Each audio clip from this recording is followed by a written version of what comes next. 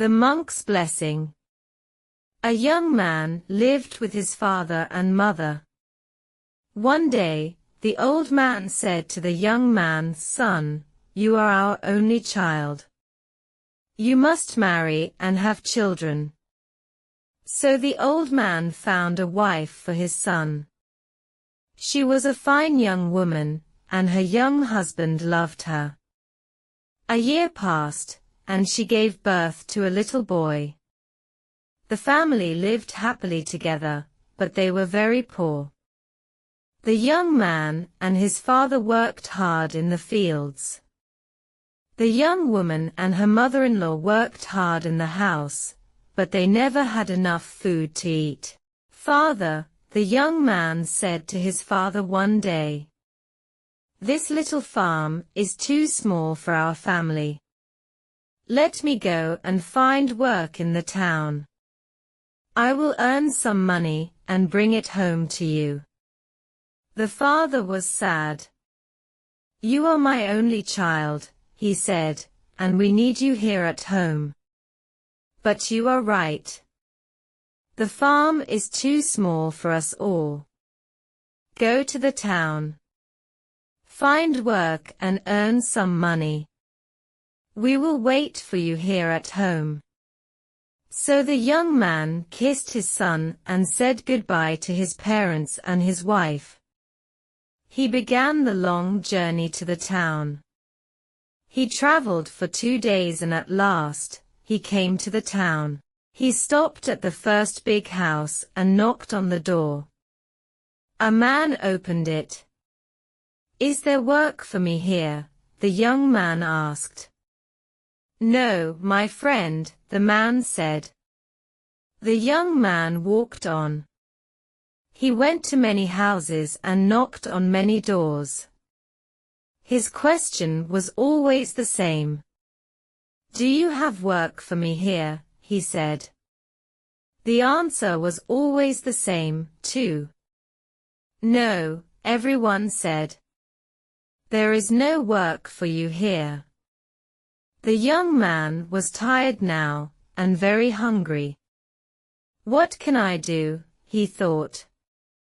"I must find work soon, or I will die."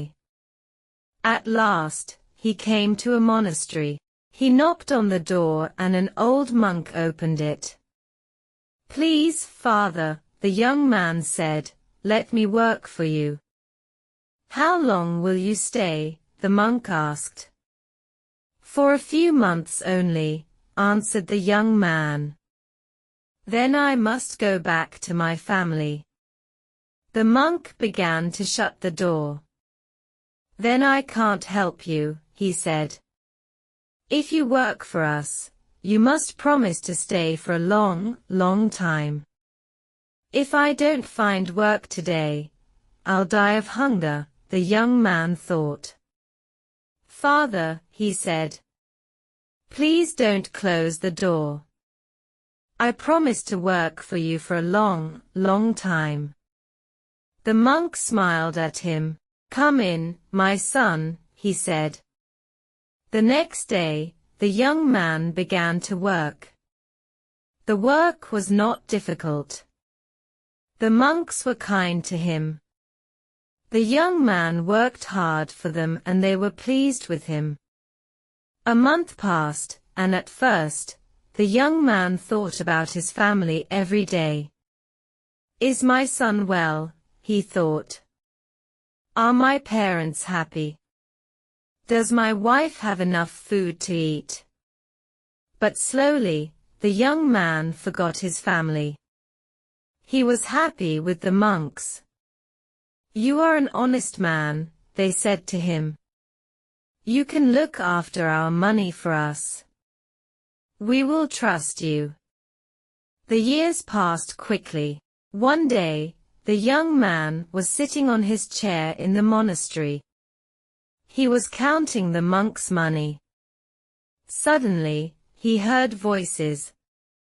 Children were laughing outside. The young man looked up. "They are happy," he thought. "Is my son happy?" He stood up and looked out of the window. How old is my son now? He thought. How long have I been here? 5 years. 6 years. No, 10 years. I've been here for 10 years. The next morning, the young man went to see the monks. I've stayed with you for 10 years, he said. And I've been a good servant. I've worked hard for you, but you have never paid me. Now I want to see my family. Please give me the money you owe me, and let me go. The monks smiled at him. You're right, they said. You have worked hard for us. Now you can choose. Do you want us to give you your money, or do you want us to give you our blessing? The young man frowned. I want your blessing, he said, but I want my money too. We owe you 400 silver dollars, the monks said. But each blessing costs $100. The young man looked unhappy, but at last, he said, give me your blessing. It is better than the money. So the first monk blessed him. Do not leave the road, he said. Do not go to the right, or the left. Only go straight on. The second monk blessed him. Soon you will be a guest, he said. Obey your host. Take what he gives you. Then the third monk blessed him. Do not be angry, he said. Always think before you act. Then the monks gave the young man 100 silver dollars, and the young man left the monastery. Soon, he met 2 men. They were walking along the road together. Walk with us, they said. We'll talk together, and our journey will be more interesting. The young man agreed, and the 3 men walked on together. Soon they came to a crossroads. Follow me, one of the men said. I'll show you a better path. And he turned to the left and began to walk along a different way. The other man followed him, but the young man remembered the first monk's blessing. Do not go to the left or the right, the first monk had said. Only go straight on. The young man smiled at his new friends. I'm sorry, he said. I cannot go with you. I must go straight on. He said goodbye to the 2 men, and went on down the road. He crossed the river and walked up the next hill. Suddenly he heard shouts. He looked back across the river. He could see the 2 men. They were shouting for help. Robbers were attacking them. He wanted to go back and help his friends, but there were many robbers and they were big and strong. If I go down there, they'll kill me, he thought. He was grateful to the monks. The first blessing saved my life. It saved me from the robbers, he thought. He went on down the road. He walked for a long time. He was hungry and thirsty now, and he was tired too. It will soon be dark, he thought. I must find a place to sleep. He looked around. He was in a wild place. There were no houses here. He was frightened of hyenas and leopards. He began to walk faster. It was dark now. I must find a place to sleep, the young man thought. At last, he saw a light in the distance. He ran towards it. The light came from a little house on a hill. The young man ran up to it and knocked on the door. At once an old man opened it. He had white hair and he wore fine, white clothes. "You are welcome. Come in," the old man said. The young man followed him into the house. "Sit down," said the old man. "Wait here. I will fetch some water and wash your feet." The young man felt ashamed. "I can't let this noble old man wash my feet," he thought.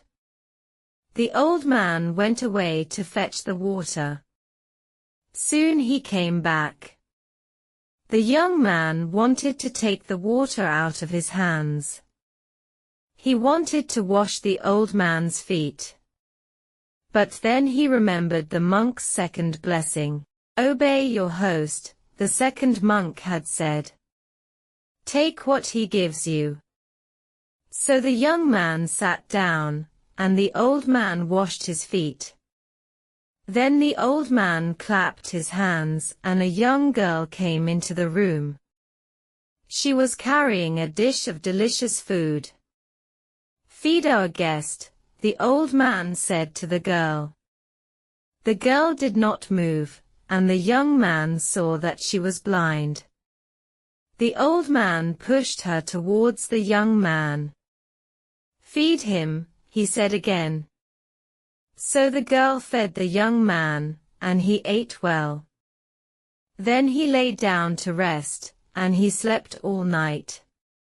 He woke up early in the morning. "Thank you," he said to his host.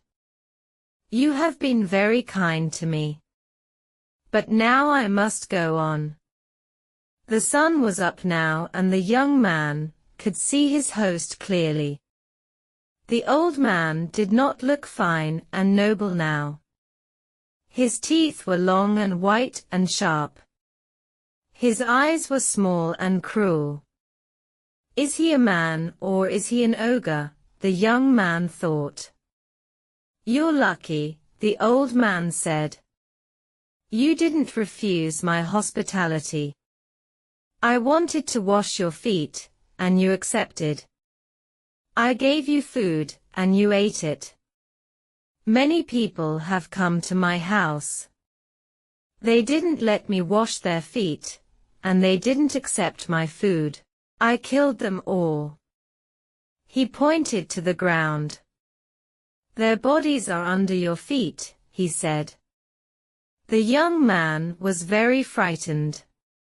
"But the girl, the blind girl," he said. "Why didn't you kill her?" The old man laughed. "I took her eyes," he said. "I made her blind.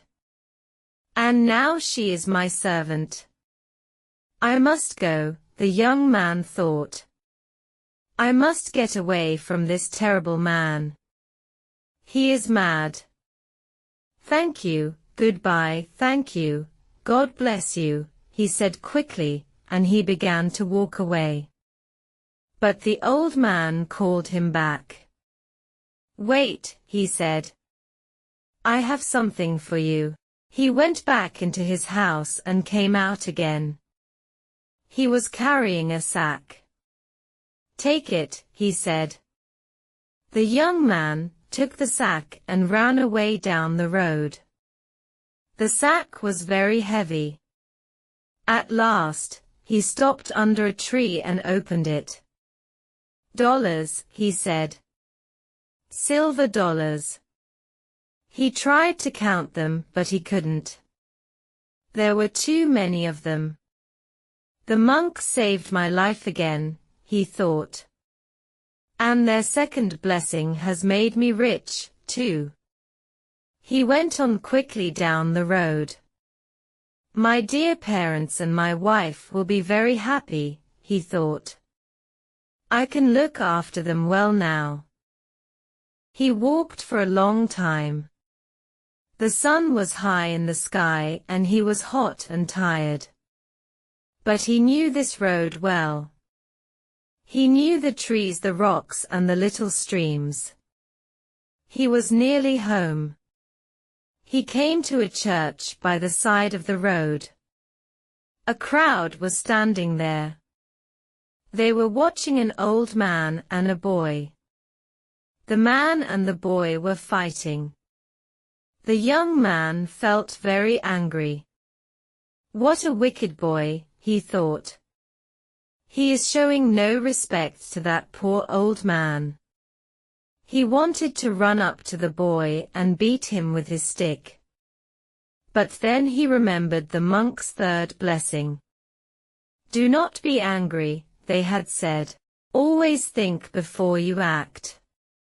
He turned to the woman next to him.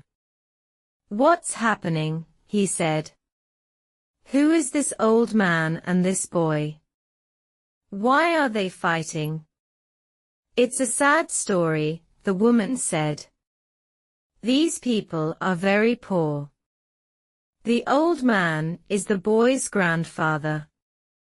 10 years ago his son left him, because he wanted to find work in the town.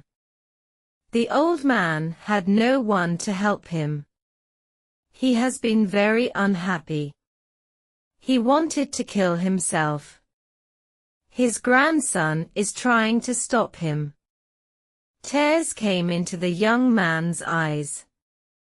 Oh, my father! Oh, my child, he shouted. He pushed his way through the crowd. He took the young boy's arm and looked into his eyes. My son, he said. The old man had fallen to the ground. The young man helped him to stand again. Father, he said. The old man looked at him. Is it you? He said. Have you come home again? Yes, father, the young man said. And I'll never leave you again. The young man went to his house with his father and his son. His mother and his wife kissed him, but then they began to cry. You have come home only to die, they said. We have no food here. We ate our last meal yesterday. The young man opened his sack and showed them the silver dollars. Then he added to it the $100 that the monks had given him. I haven't come home to die, but to live, he said. The monks have blessed me, and we will be happy now for the rest of our lives. What do you think about this story? Would you prefer a blessing or the money you worked for? Let me know in the comments. I hope you enjoyed this story. Like and subscribe to Geo English Stories for more interesting stories. Thank you and see you in my next video.